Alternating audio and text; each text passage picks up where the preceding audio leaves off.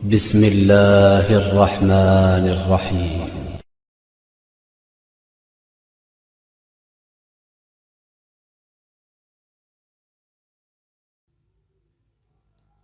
نحمده ونصلي ونسلم على رسوله الكريم اما بعد فاعوذ باللہ من الشیطان الرجیم بسم اللہ الرحمن الرحیم۔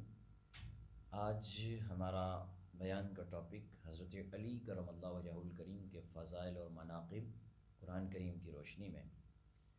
آپ رضی اللہ تعالیٰ عنہ کا اسم گرامی علی بھی ہے اور حیدر بھی ہے۔ کرار آپ کا لقب ہے، کنیت ابو الحسن اور ابو تراب ہے۔ حیدر کے معنی ہیں شیر۔ آپ کی والدہ فاطمہ بنت اسد ہیں، انہوں نے اپنے والد کے نام پر آپ کا نام حیدر رکھا۔ کرار کے معنی ہیں پلٹ پلٹ کر حملہ کرنے والا۔ ابو طالب نے آپ کا نام علی رکھا۔ حضور سرور کائنات صلی اللہ علیہ وآلہ وسلم نے آپ کو خطاب کا اور اسد اللہ کا جو خطاب ہے وہ عطا فرمایا۔ آپ کو جو حضور سرور کائنات صلی اللہ علیہ وسلم نے خطاب دیا وہ اسد اللہ کا دیا۔ آپ رضی اللہ تعالیٰ عنہ کے یوم پیدائش یعنی حضرت علی کرم اللہ وجہ الکریم کا یوم پیدائش 13 رجب المرجب ہے، اور سال ولادت تاریخی کتابوں میں 30 عام الفیل بتایا گیا ہے۔ آپ حضور سرور کائنات صلی اللہ علیہ وسلم کے چچا زاد بھائی بھی ہیں، اور حضور سرور کائنات صلی اللہ علیہ وسلم کی شہزادی سیدہ کائنات خاتون جنت فاطمہ الزہرا رضی اللہ تعالی عنہا کے شوہر اور اس طرح حضور کے داماد ہیں، اور حضور کی نسل کے اصل کہ حضور صلی اللہ علیہ وسلم کی اولاد آپ ہی سے چلی کہ حسنین کریمین کے والد ولایت کے مرکز، شریعت کے دریا ناپائیدا کنار ناپیدا کنار، اور آپ پنجتن پاک میں بھی داخل ہیں، چار یار میں بھی داخل ہیں۔ ایک ہاتھ اس جماعت میں رکھتے ہیں، دوسرا ہاتھ اس جماعت میں۔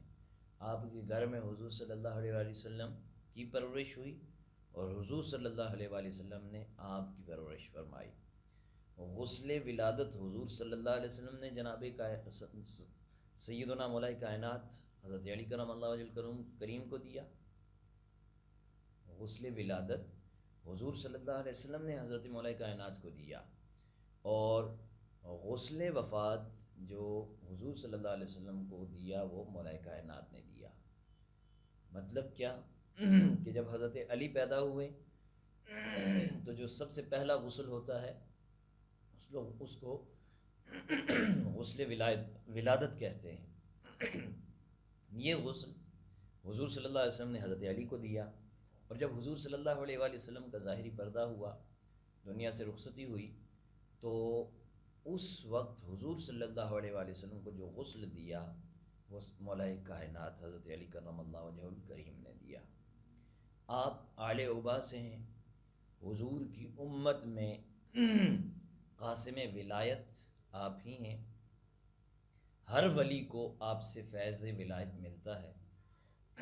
غرض کہ آپ کے فضائل ریت کے ذروں آسمان کے تاروں کی طرح بے شمار ہیں۔ مرقات نے فرمایا کہ آپ کے فضائل کی صحیح روایات دیگر صحابہ کرام کے فضائل سے زیادہ ہیں۔ کیوں؟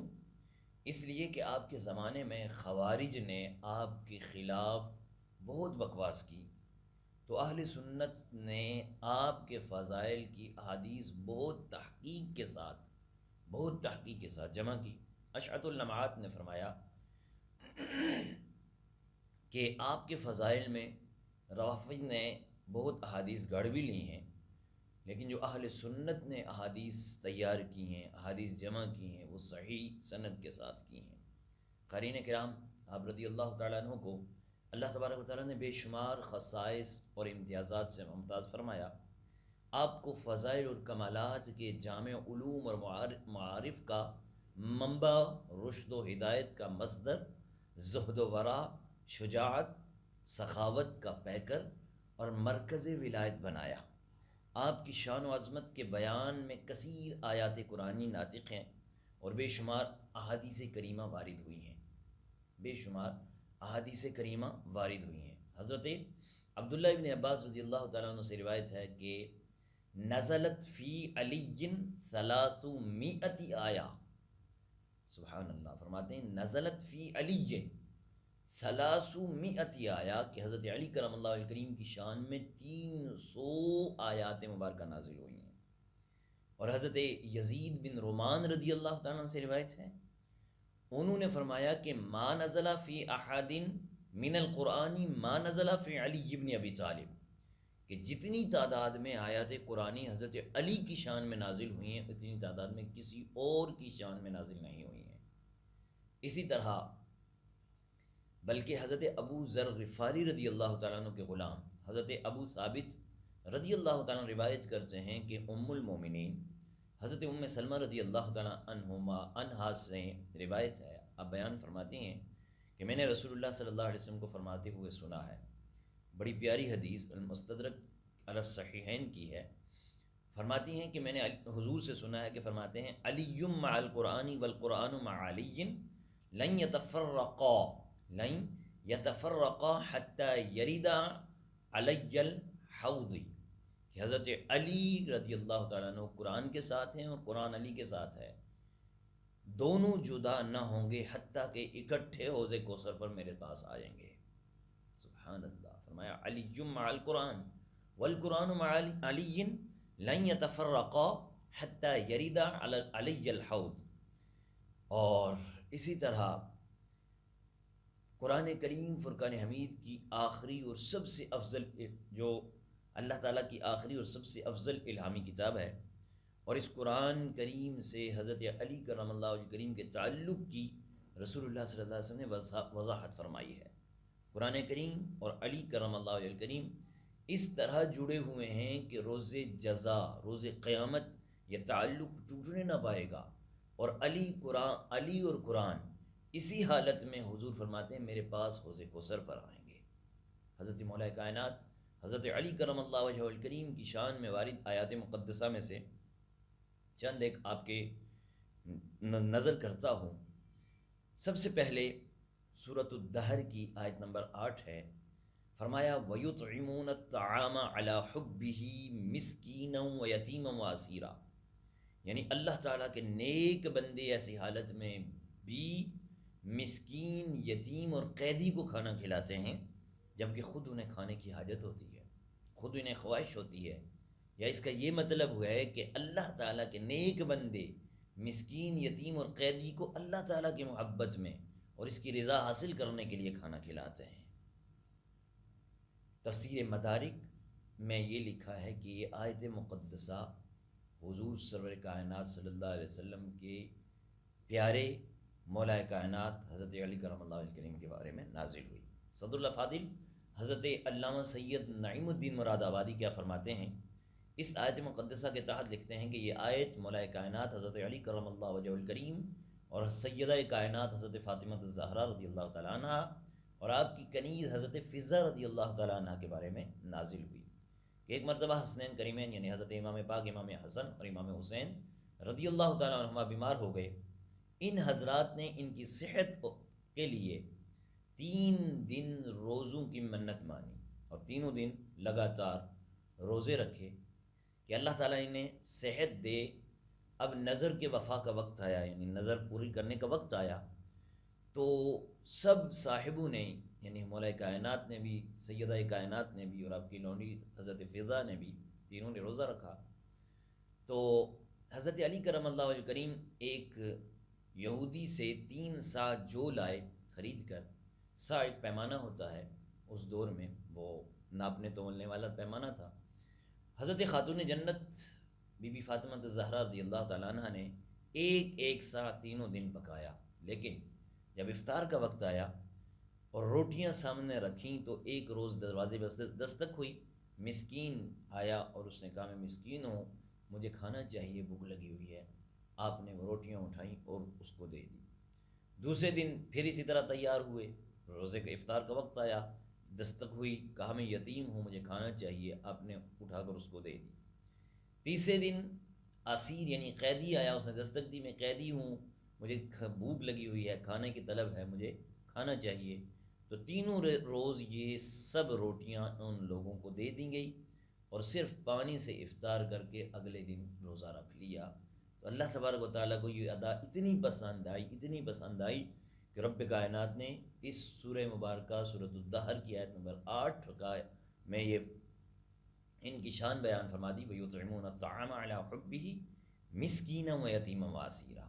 اسی طرح ایک آیت مقدسہ ایسی ہے کہ جس پر صرف مولا کائنات کا عمل ہوا، باقی کسی کا عمل نہیں ہوا، کسی صحابہ کرام میں سے کسی کا عمل اس پر نہیں ہوا، ایسا حکم شرعی جس پر صرف مولا کائنات نے عمل کیا۔ وہ کون سی آیت ہے؟ اللہ جل شانہ نے سورۃ المجادلہ کی آیت نمبر 12 میں یوں ارشاد فرمایا، یا ایھا الذین آمنوا اذا ناجیتم الرسول فقدموا بین یدی نجواکم صدقہ ذلک خیر لکم وَأَطْهَرُوا فَإِن لَّمْ تَجِدُوا فَإِنَّ اللَّهَ غَفُورٌ رَحِيمٌ۔ اے ایمان والو، جب تم رسول اللہ صلی اللہ علیہ وسلم سے کوئی بات آہستہ عرض کرنا چاہو تو اپنی عرض سے پہلے کچھ صدقہ دے دو، یہ تمہارے لیے بہتر ہے اور بہت ستھرا ہے۔ پھر اگر تمہیں مقدور نہ ہو تو اللہ بخشنے والا مہربان ہے۔ یعنی اے ایمان والو، جب تم اپنے نبی صلی اللہ علیہ وسلم سے تنہائی میں کچھ بات کرنا چاہو نا، کچھ عرض کرنا چاہو، تو اپنی عرض سے پہلے کچھ صدقہ دے دو۔ اس میں بارگاہ رسالت صلی اللہ علیہ وسلم میں حاضر ہونے کی تعظیم اور توقیر اور فقراء کا نفع بھی ہے، اور عرض کرنے سے پہلے صدقہ کرنا تمہارے لیے بہت بہتر ہے، کیونکہ اس میں اللہ تعالیٰ اور اس کے حبیب صلی اللہ علیہ وسلم کی اطاعت ہے، اور یہ تمہیں خطاؤں سے پاک کرنے والا، اور اگر تم اس پر قدرت نہ پاؤ، یعنی صدقہ دینے کی قدرت نہ پاؤ، تو فرمایا اللہ بخشنے والا مہربان ہے۔ اب اس کا شان نزول کیسے ہوا؟ سید عالم صلی اللہ علیہ وسلم کی بارگاہ میں جب اغنیاء نے عرض و معروض کا سلسلہ دراز کیا، نوبت یہاں تک پہنچ گئی کہ فقراء کو اپنی عرض پیش کرنے کا موقع ہی نہیں ملتا تھا، اور موقع کم ملنے لگا، تو عرض پیش کرنے والوں کو عرض پیش کرنے سے پہلے صدقہ دینے کا حکم دیا گیا، اور اس حکم پر مولا کائنات حضرت علی کرم اللہ وجہ کریم سب سے پہلے آگے بڑھے، انہوں نے عمل کیا، 1 دینار صدقہ کر کے 10 مسائل دریافت کیے۔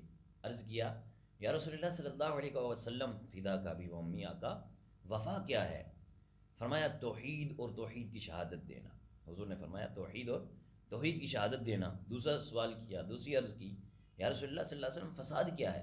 فرمایا کفر و شرک فساد ہے۔ عرض کیا حق کیا ہے؟ فرمایا اسلام، قرآن اور ولایت جب تجھے ملے گی۔ اللہ اکبر۔ فرمایا اسلام حق ہے، قرآن حق ہے، اور ولایت جب تمہیں ملے گی وہ حق ہے۔ عرض کیا ہیلا کیا ہے، یعنی تدبیر کیا ہے؟ میرے آقا صلی اللہ علیہ وسلم نے فرمایا ترک ہیلا۔ عرض کیا مجھ پر کیا لازم ہے، مجھ پر کیا لازم ہے؟ تو آقا صلی اللہ علیہ وسلم نے فرمایا اللہ تعالیٰ اور اس کے رسول کی اطاعت کرنا۔ عرض کیا اللہ سے کیسے مانگوں، کیسے دعا کروں؟ فرمایا صدق و یقین کے ساتھ کرنا۔ عرض کیا یا رسول اللہ کیا مانگوں؟ فرمایا اللہ سے عاقبت مانگو۔ عرض کیا اپنی نجات کے لیے کیا کروں؟ فرمایا حلال کھاؤ اور سچ بولو۔ پھر عرض کیا یا رسول اللہ سرور کیا ہے؟ فرمایا جنت سرور ہے۔ پھر عرض کیا یا رسول اللہ راحت کیا ہے؟ فرمایا اللہ کا دیدار راحت ہے۔ جب مولا کائنات حضرت علی کرم اللہ وجہ الکریم ان سوالوں سے فارغ ہوئے تو یہ حکم منسوخ ہو گیا اور رخصت نازل ہوئی، سوائے مولا کائنات کے اور کسی کو اس پر عمل کرنے کا موقع ہی نہیں ملا۔ تفسیر مدارک میں اس کا شان نزول اسی طرح لکھا۔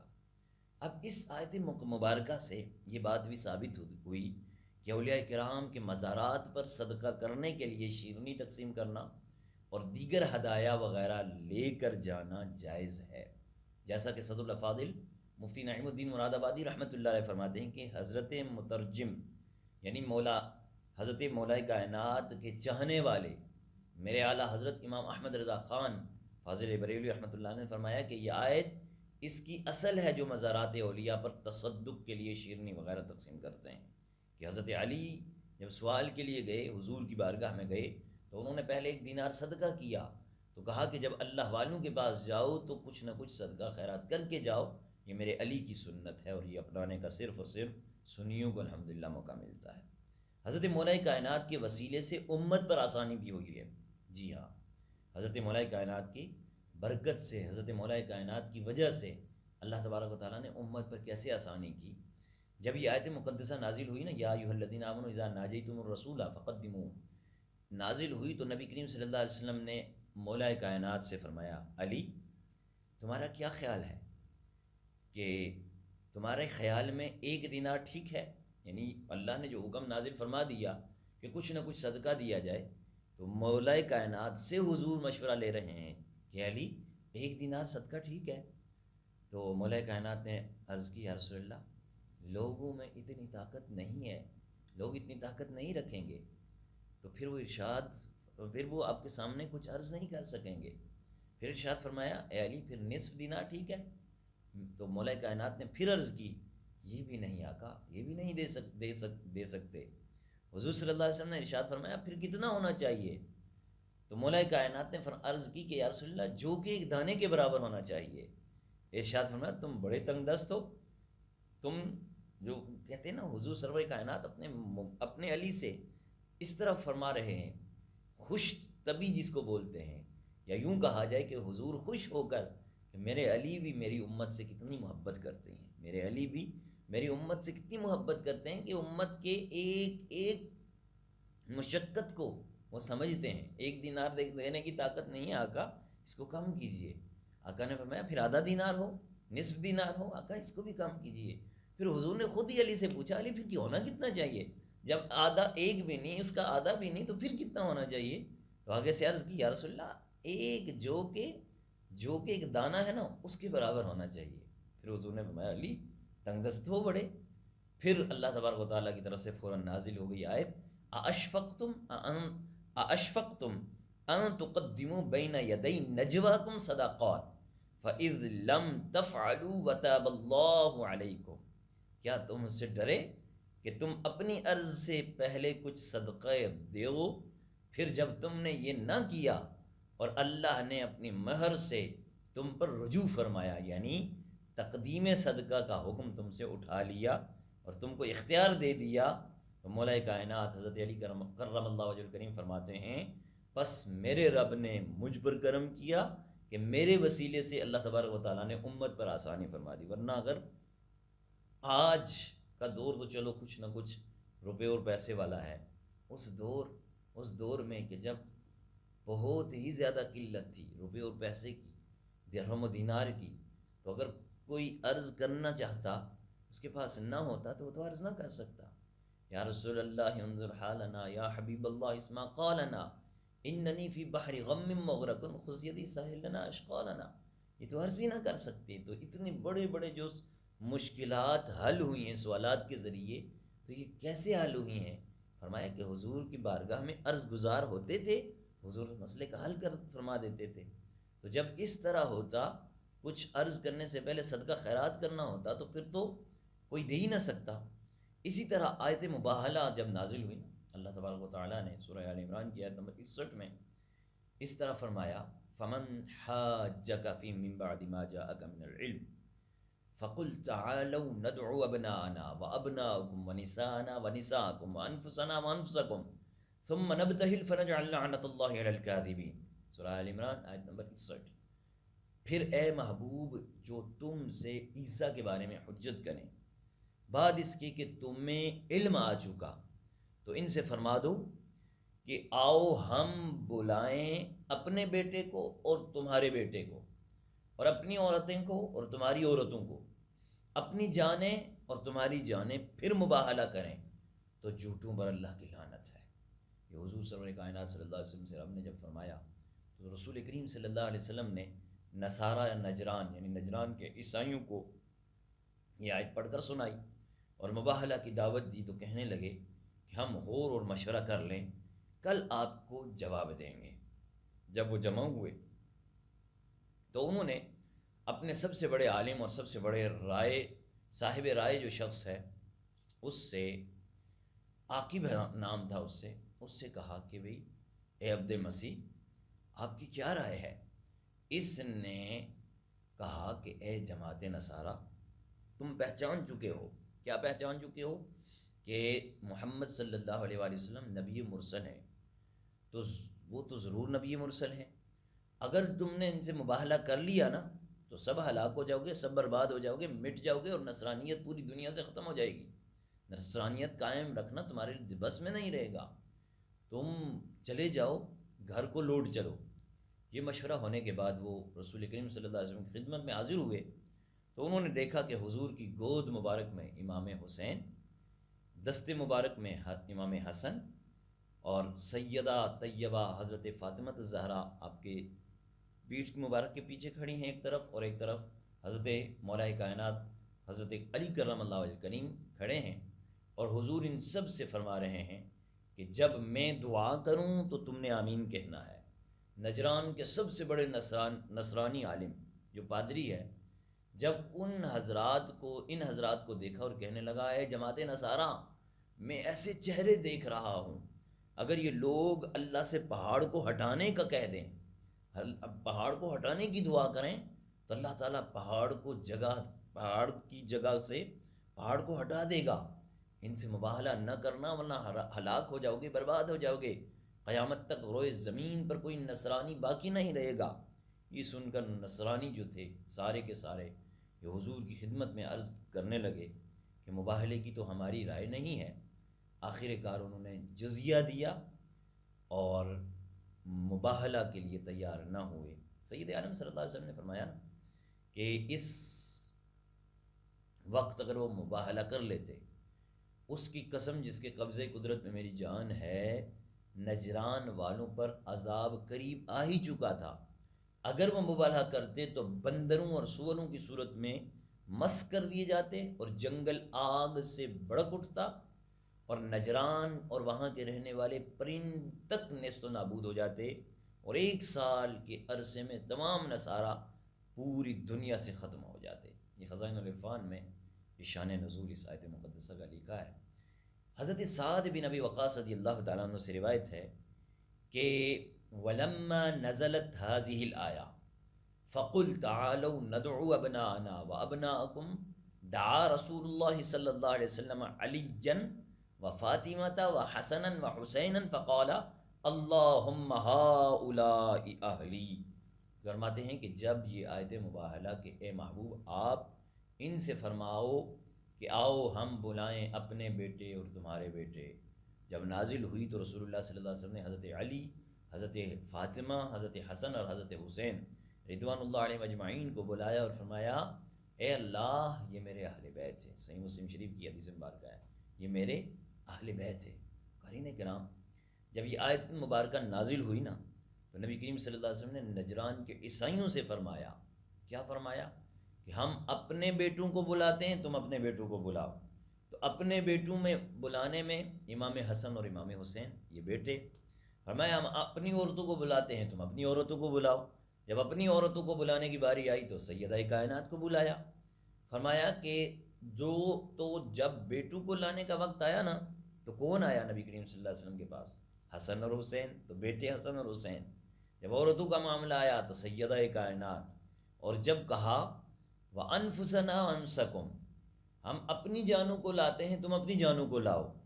تو جب جانوں کی باری آئی، اپنی جان کی باری آئی، تو وہ جان کون تھے؟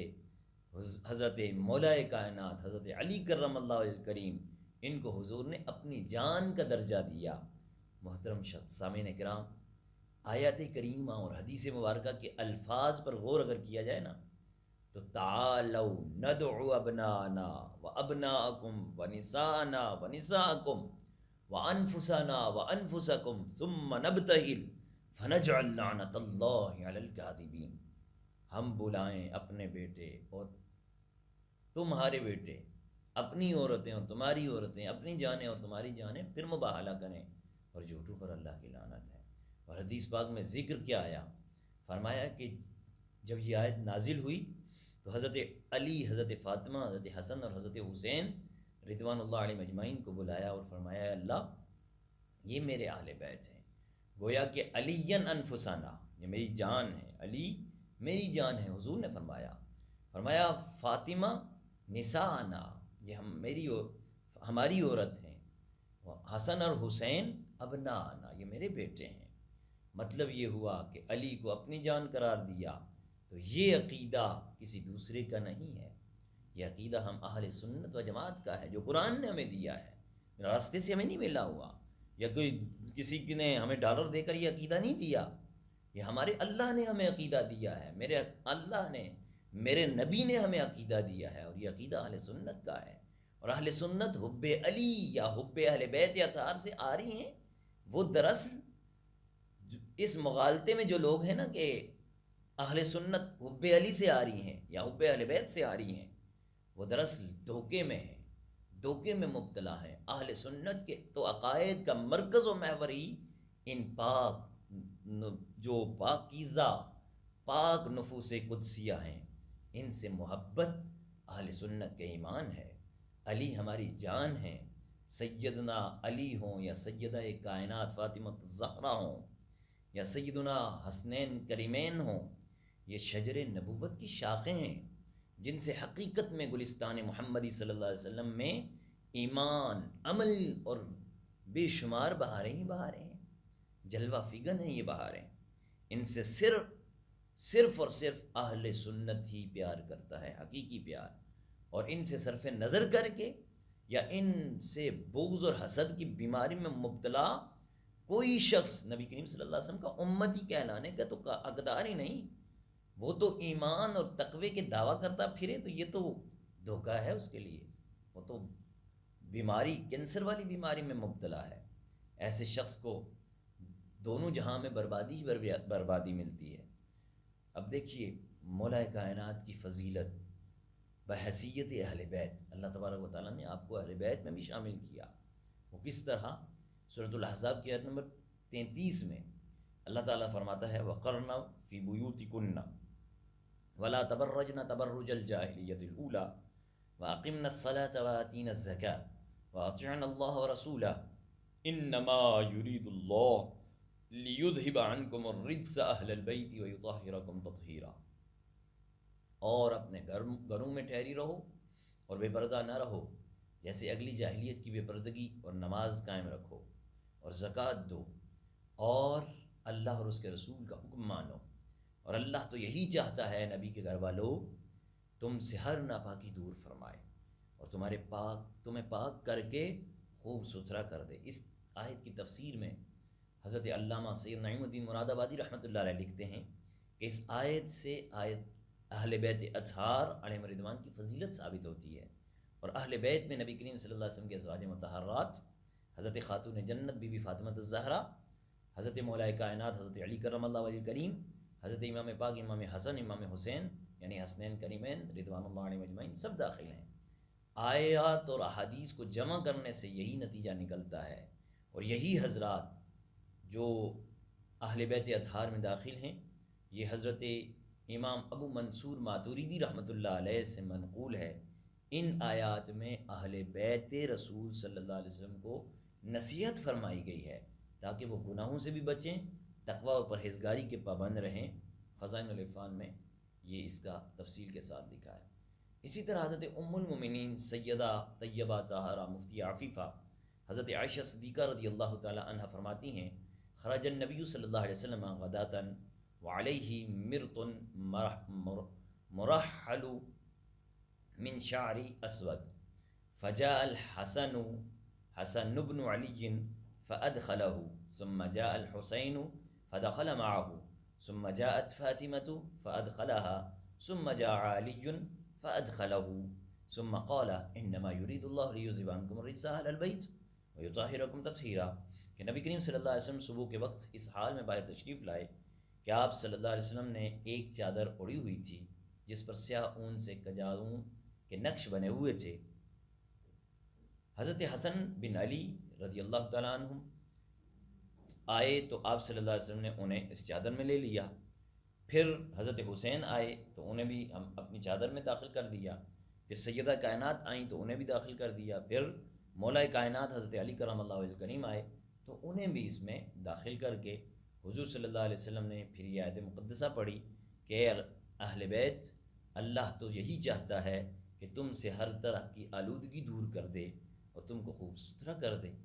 حضرت عمر بن ابی سلمہ رضی اللہ تعالیٰ عنہ سے بھی روایت ہے، وہ بھی اسی طرح روایت کرتی ہیں کہ جب نبی کریم صلی اللہ علیہ وسلم پر حضرت سلمہ رضی اللہ تعالی عنہا کے گھر میں یہ آیت مبارکہ نازل ہوئی کہ اے اہل بیت، اللہ تو یہی چاہتا ہے کہ تم سے ہر طرح کی آلودگی کو دور کر دے، تمہیں خوب پاک اور ستھرا کر دے۔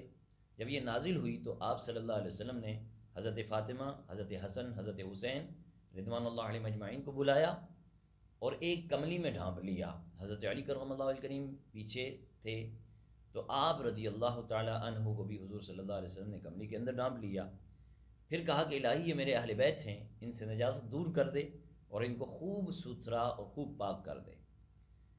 ابو سعید خدری رضی اللہ تعالیٰ عنہ سے بھی اسی طرح کی حدیث مبارکہ ہے کہ حضور صلی اللہ علیہ وسلم نے ان کو اپنے دامن میں لیا، اپنی کملی میں لیا، کہا کہ اے اہل بیت، اللہ تو یہی چاہتا ہے کہ تم سے ہر طرح کی آلودگی دور کر دے۔ اس کے بارے میں کہتے ہیں کہ یہ 5 مبارک ہستیاں ہیں، حضرت علی، حضرت فاطمہ، حضرت حسن، حضرت حسین اور حضور صلی اللہ علیہ وسلم، یہ ان پر یہ آیت مقدسہ نازل ہوئی۔ مذکورہ دونوں آیات بینات اور احادیث مبارکہ سے اہل بیت اطہار علیہم رضوان کی عظیم فضیلت ثابت ہوتی ہے۔ مولا کائنات حضرت علی کرم اللہ وجہ الکریم اہل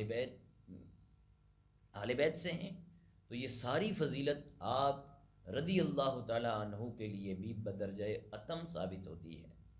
میرے دوست، میرے بزرگ، میرے بھائی، میرے مولا کائنات کی شان تو بڑی اعلیٰ، بڑی نرالی ہے۔ دیکھیے، اللہ کی بارگاہ میں آپ نے صدقہ خیرات بھی بہت کیا نا، مال خرچ کرنے کا آپ کا انوکھا انداز ہوتا تھا، اور اس انوکھے انداز کو بھی قرآن نے کوٹ کیا، الذین ينفقون اموالهم باللیل والنہار سرا وعلانیۃ فلہم اجرہم عند ربہم ولا خوف علیہم ولا ہم یحزنون۔ جو اپنے مال خیرات کرتے ہیں رات میں اور دن میں، چھپے اور ظاہر، ان کے لیے ان کا نیک یعنی ان کی نیکی، ان کا اجر ان کے رب کے پاس، ان کو نہ کچھ اندیشہ ہو نہ کچھ غم ہو۔ سورۃ البقرہ کی آیت نمبر 274 یہ ہمارے درس قرآن میں بھی گزر چکی ہے۔ فرمایا کہ یہ آیت حضرت ابوبکر صدیق رضی اللہ تعالیٰ عنہ کے حق میں نازل ہوئی، جبکہ آپ نے راہ خدا میں 40,000 دینار خرچ کیے، 10,000 رات میں، 10,000 دن میں، 10,000 پوشیدہ اور 10,000 ظاہر۔ لیکن ایک قول یہ ہے کہ یہ آیت مولا کائنات حضرت علی کرم اللہ وجہ الکریم کے بارے میں ان کے حق میں نازل ہوئی کہ آپ کرم اللہ وجہ الکریم کے پاس فقط 4 درہم تھے، فقط 4 درہم، تو آپ نے ان چاروں کو خیرات کر دیا، 1 درہم رات میں، 1 درہم دن میں، 1 درہم پوشیدہ اور 1 درہم ظاہر کر کے دیا۔ اور بعض مفسرین نے یہ صراحت بھی کی ہے کہ یہ آیت کریمہ بطور خاص مولا کائنات حضرت علی کرم اللہ وجہ الکریم کی شان میں وارد ہوئی، جیسا کہ امام جلال الدین سیوطی شافعی رحمۃ اللہ علیہ تفسیر در منصور میں روایت کرتے ہیں کہ حضرت عبداللہ ابن عباس رضی اللہ تعالیٰ عنہما یہ آیت مبارکہ الذین ینفقون اموالہم باللیل والنہار سرا، اس کے متعلق جب روایت کی تو آپ نے فرمایا کہ یہ آیت خاص کر مولا کائنات حضرت علی کرم اللہ الکریم کی شان میں نازل ہوئی۔ آپ کے پاس صرف 4 ہی دینار تھے، آپ نے ان چاروں کو 1 دن میں، 1 رات میں، 1 پوشیدہ اور 1 ظاہر کر کے یہ دیا۔ آپ رضی اللہ تعالیٰ عنہ کی اس طرح خرچ کرنے کی ادا اللہ تعالیٰ کو اتنی پسند آئی کہ آپ کی عظمت کے اظہار کے لیے رب کائنات نے اپنے قرآن کا حصہ بنا دیا، آپ کی مقبولیت کو آشکار کرنے کے لیے پوری آیت مبارکہ ہی آپ کے حق میں نازل فرما دی۔ خالق کائنات کا ارشاد ہے نا، لا یستوی منکم من انفق من قبل الفتح وقاتل اولئک اعظم درجۃ من الذین انفقوا من بعد وقاتلوا وکلا وعد اللہ الحسنی واللہ بما تعملون خبیر۔ یہ آیت مقدسہ بھی بڑی زبردست اہم آیت مقدسہ ہے کہ فرمایا تم میں برابر نہیں ہے۔ کون برابر نہیں؟ وہ جنہوں نے فتح مکہ سے قبل خرچ کیا اور فتح مکہ سے قبل جہاد کیا، وہ مرتبے میں ان سے بڑے ہیں جنہوں نے بعد فتح مکہ کے خرچ اور جہاد کیا، اور ان سب سے اللہ جنت کا وعدہ فرما چکا ہے اور اللہ کو تمہارے کاموں کی خبر ہے۔